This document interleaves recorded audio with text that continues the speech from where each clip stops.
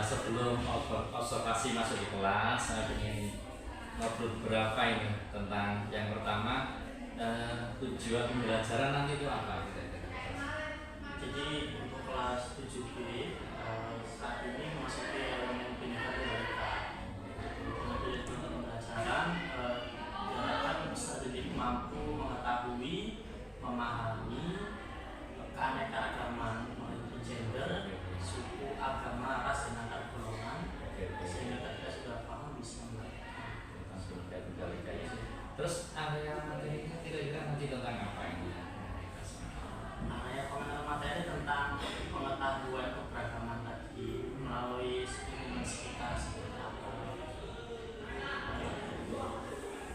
Kemudian strategi yang mau dipakai harus mungkin nanti untuk mencapai materi itu kira-kira seperti apa? Strategi menggunakan pengalaman kognitivisme sehingga anak sudah bisa mengenal keanekaragaman itu melalui Presentasi ya. yang nantinya presentasi ditanggapi oleh beragam juga sehingga bisa memulai dari presentasi itu menerima pandangan hal yang berbeda dari teman yang lain sehingga kedepannya bisa memaklumi keberagaman itu memang benar. Jadi presentasi per kelompok nanti gantian yang kelompok lain nanggapi gitu ya. Menanggapi setelah memberikan penilaian dikasihkan oleh temannya. Jadi seperti itu ya Pak Rozia, alhamdulillah. Mudah-mudahan nanti berjalan dengan baik Pak Rozia. Jadi saya mohon izin nanti saya masuk ke kelas, saya akan posisi mungkin di belakang cuma ngamati saja, observasi saja ya pembelajarannya. Jadi terima kasih, mudah-mudahan nanti pembelajarannya lancar. Amin. Terima kasih. Assalamualaikum warahmatullahi wabarakatuh. Waalaikumsalam.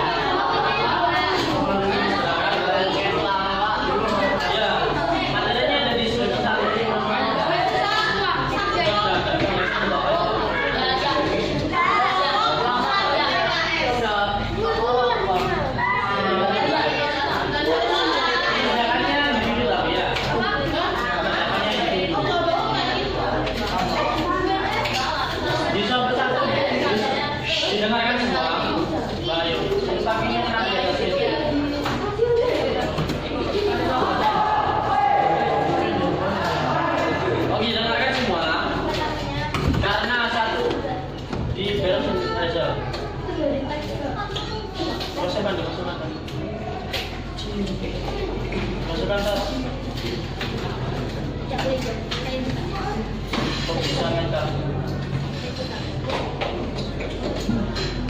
Itu coba didengarkan.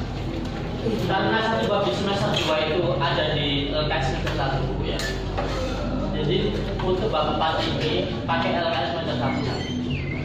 Ya. Di situ ada soal yang bisa dikerjakan sebagai latihan pemahaman kamu sampai di mana. Jadi di situ mulai dari halaman 38 terus saja biar kita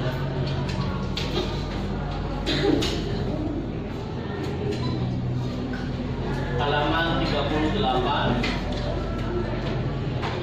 halaman 39 sama halaman 41. Ini A dan C, A dan C yang ini yang saja. Ini sebagai latihan ya.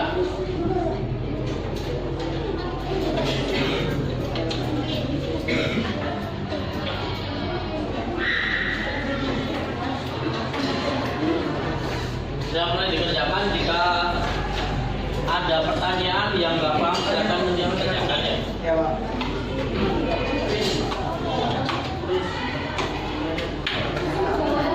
Oh iya berarti kabel lolosnya rusak ya. Seperti ketua kelas ada juga. Mana juga? Beneran juga ada. Bilang ini ke kelas atau ke sarpras ya. Boleh di buku tulis itu lembar kertas.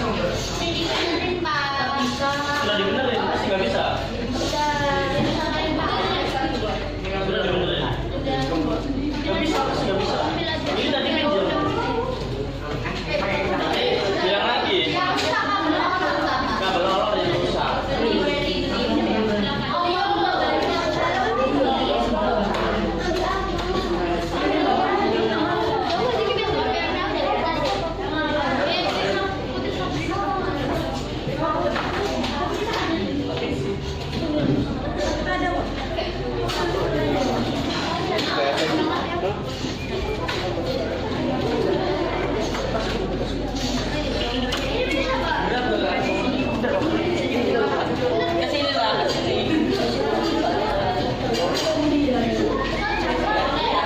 Oke, diperhatikan dulu.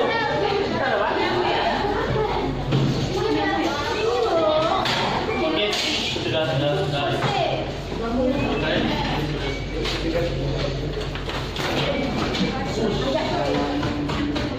Oke. Semua. Oke, rumusnya masih sama seperti presentasi sebelumnya, ya. Jadi nanti akan dinilai oleh kelompok yang tidak berpresentasi. Saya panggil kelompok 1. Ini lembar betul aja. Kelompok 2, kelompok 3, kelompok 4, kelompok 5.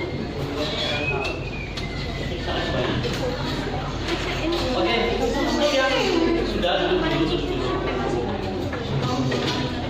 Yang presentasi kelompok 2 ditentukan oleh kelompok sebelumnya, sama seperti di pertemuan yang lalu. Silakan kelompok 1 pilih ya. Silakan kelompok 1 pilih yang akan presentasi siapa. Dari kelompok 2. Kelompok 2 itu ada Tuhan, ada Jason, Kendra, Bisnya nggak masuk ya? Azam,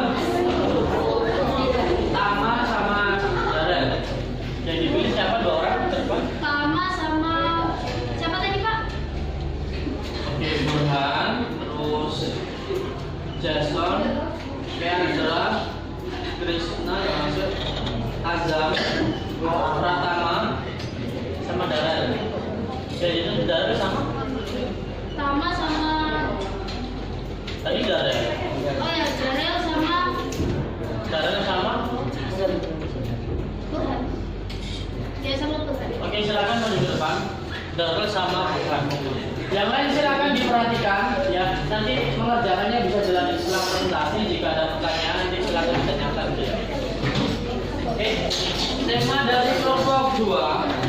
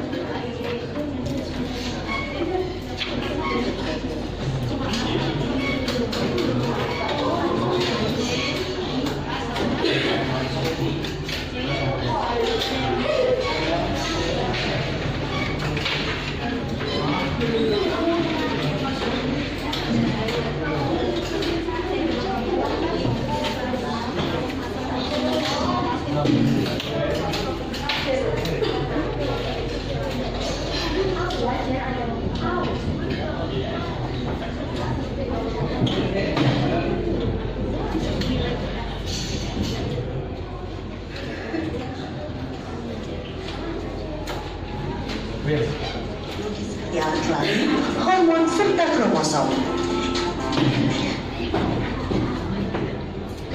Sementara itu, sudah banyak perempuan yang berpenipu.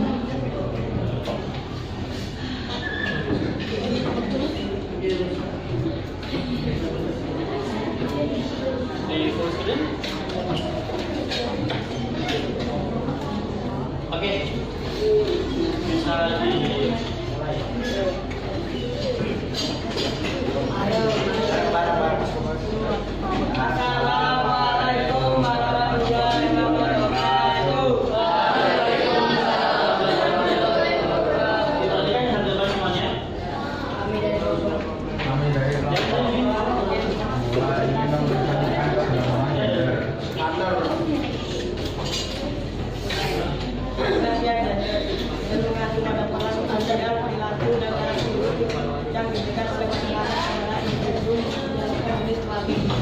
Assalamualaikum warahmatullahi wabarakatuh.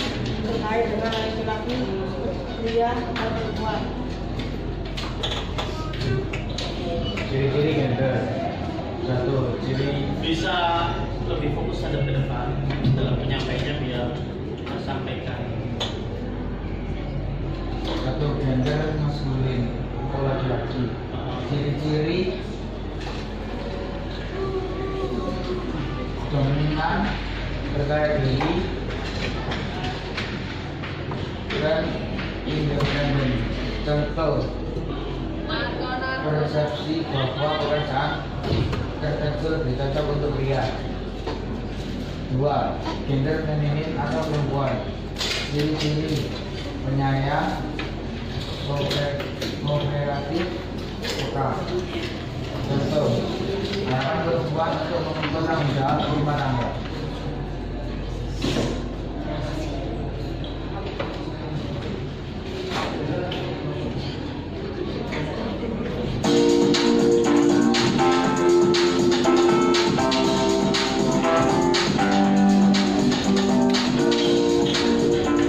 Saat ini sudah banyak perempuan yang berpendidikan dan bekerja, sepertinya mereka sudah maju.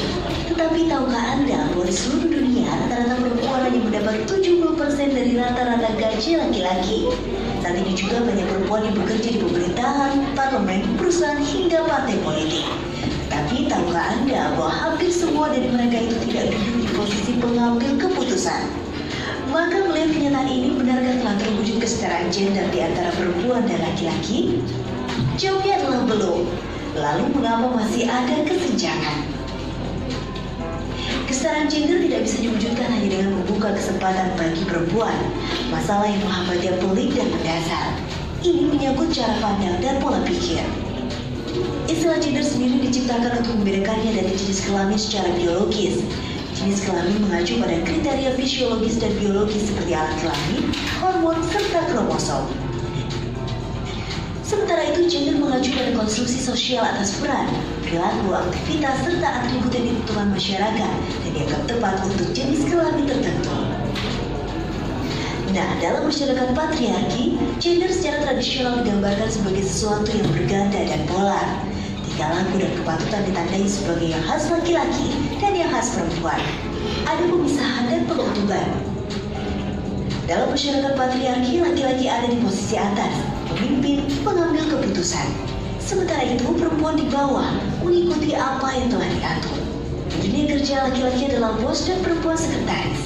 Ketika laki-laki menjadi pilot, perempuan sebatas menjadi pramugari. Posisi hierarki terutama terjadi di rumah tangga. Laki-laki ada di depan sebagai kepala keluarga, sementara perempuan di belakang. Gambaran kita tentang perempuan dan laki-laki serta apa yang seharusnya mereka lakukan adalah produk dari pandangan masyarakat di mana kita tinggal. Di sini terjadi proses yang dinamakan sebagai doing gender atau melakukan gender. Kita melakukan gender ketika menempatkan jenis kelamin sebagai dasar dan pembeda. Saat bayi lahir, hal pertama yang dilakukan dokter adalah melihat alat kelaminnya. Tindakan ini tidak ada hubungan dengan kepentingan medis, melainkan bagian dari doing gender tadi. Setelah bayi diklasifikasi, giliran orang tua melakukan doing gender. Mereka mengidentikan bayi dengan warna-warna gender. Apa yang disebut normal adalah bayi perempuan memakai baju pink dan bayi laki-laki biru. Warna menjadi simbol sekaligus pembeda. Setiap individu selalu doing gender. Mereka selalu melakukan atau menyimpang dari performa yang diterima secara sosial atas stereotip-stereotip. Dengan melakukan gender, kita memperkuat keyakinan bahwa hanya ada dua kategori gender yang saling berlawanan dan pada dasarnya berbeda. Kita terus-menerus dievaluasi oleh orang lain dengan menggunakan parameter gender. Karena itu gender dikatakan omnirelevan, yang berarti orang selalu menilai perilaku kita untuk menjadi baik laki-laki atau perempuan. Dalam interaksi individual, masyarakat belajar apa yang diharapkan, melihat apa yang diharapkan, serta bertindak dan beraksi dengan cara yang diharapkan. Dengan demikian, secara serempak kita dikonstruksi dan dipertahankan atas perintah gender. Stereotip tentang kekhasan laki-laki dan perempuan yang berbuat yang muncul di media, berita, materi pendidikan, dan sebagainya. Laki-laki harus memerankan hal-hal yang maskulin. Untuk kelas papan, laki-laki ideal adalah seorang bos, bekerja di kantor, memiliki rumah, mobil, istri, dan 2 anak. Persis di iklan-iklan. Sementara bagi perempuan, mereka harus memerankan hal-hal yang feminim, seperti melayani anak-anak dan suami, menjadi ibu rumah tangga, menjadi cantik. Ini juga persis dengan gambaran dalam iklan-iklan produk rumah tangga, semisal sabun cuci, bumbu masak, alat pembersih rumah tangga, hingga iklan kosmetik. Feminitas dan maskulinitas sebetulnya adalah majemuk, banyak bentuknya. Apa yang didefinisikan sebagai perbedaan antara maskulin dan feminin ditentukan oleh faktor-faktor seperti etnis, agama, kelas, budaya bangsa, orientasi seksual, serta berbagai faktor sosial lainnya. Apa yang dimaknai sebagai maskulinitas dan feminitas dinilai oleh kultur yang berbeda. Ekspresi serta peran maskulin dan feminin sesungguhnya merugikan semua pihak, baik laki-laki, perempuan, dan juga anak-anak. Hidup kita menjadi dibelenggu keharusan-keharusan, tuntutan-tuntutan, dan bukan atas dasar kebebasan dan ekspresi pribadi. Kenyataan juga menunjukkan sifat laki-laki dan perempuan tidak berada pada dua kutub yang berseberangan. Ada gradasi, pencampuran, dan juga variasi. Kehadiran kelompok transgender dan interseksual misalnya adalah realitas yang ada di masyarakat dan tidak dapat diakomodasi cara pandang patriarki. Proses melakukan gender termasuk hubungannya dengan subordinasi perempuan telah mencengkeram kuat, dilegitimasi peraturan dan undang-undang, ilmu pengetahuan, kebijakan, serta nilai-nilai yang diciptakan masyarakat. Dalam struktur sosial ini, tujuan gender adalah membangun perempuan sebagai kelompok yang berada di bawah laki-laki. Norma-norma gender dan harapan-harapan yang ditegakkan melalui sanksi informal atas perilaku gender yang dianggap tidak pantas oleh kelompok, serta melalui hukuman secara formal oleh pemilik otoritas. Maka kita paham kesenjangan gender bukan akibat dari jenis kelamin, fisiologi, hormon, dan kecenderungan genetik. Ketidaksetaraan gender adalah produk dari konstruksi sosial di masyarakat. Ia tidak bisa diselesaikan sebatas dengan memberi kesempatan. Cara pandang kita harus berubah.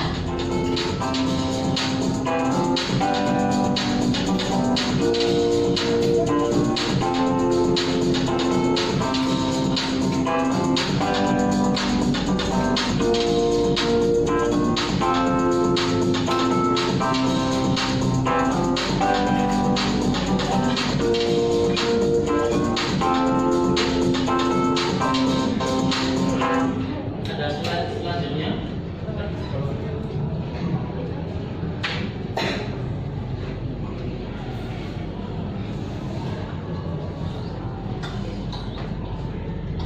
Contoh kasus dan solusi. Jadi kurangnya ada kelas aja biar sampai apa yang disampaikan. Contoh kasus ketidaksetaraan dalam peluang pekerjaan antara laki-laki dan perempuan. Solusi: pendidikan inklusif, memberikan pendidikan yang sama dan kesempatan yang sama bagi laki-laki dan perempuan. 2. Peluang karir: mendorong perusahaan untuk memberikan peluang karir tanpa memandang jenis kelamin. Pendekatan kesadaran, kampanye untuk mengubah persepsi masyarakat terhadap gender. Kebijakan kebutuhan, implementasi kebijakan yang mendukung keseimbangan antara kehidupan kerja dan kehidupan pribadi, pemberdayaan ekonomi, memberikan pelatihan dan dukungan ekonomi kepada perempuan untuk meningkatkan kemandirian finansial. Melalui upaya ini diharapkan masyarakat dapat menciptakan lingkungan di mana satu setiap individu berpeluang untuk berusaha. Dilakukan supaya dan akan maksimal mereka tanpa diskriminasi.